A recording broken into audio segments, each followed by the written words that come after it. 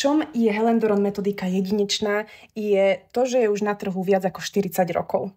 Naše silaby zostavujú odborníci od pedagógov, psychológov, lingvistov, neurológov. Celý tento tím odborníkov pracuje priamo s Helen Doron a vyskladá lesson plány, ktoré sú vhodné na dané vekové obdobie dieťaťa. Čiže aktivity, či už pohybové, či už sú to hry, celkovo ten príbeh, ktorý je veľakrát v tých našich silaboch, je presne nastavený na dané obdobie dieťaťa. Aby ho to bavilo, aby to bolo pre neho pútavé, aby to bolo niečo, čo naozaj prehovára k tej jeho detskej dušičke.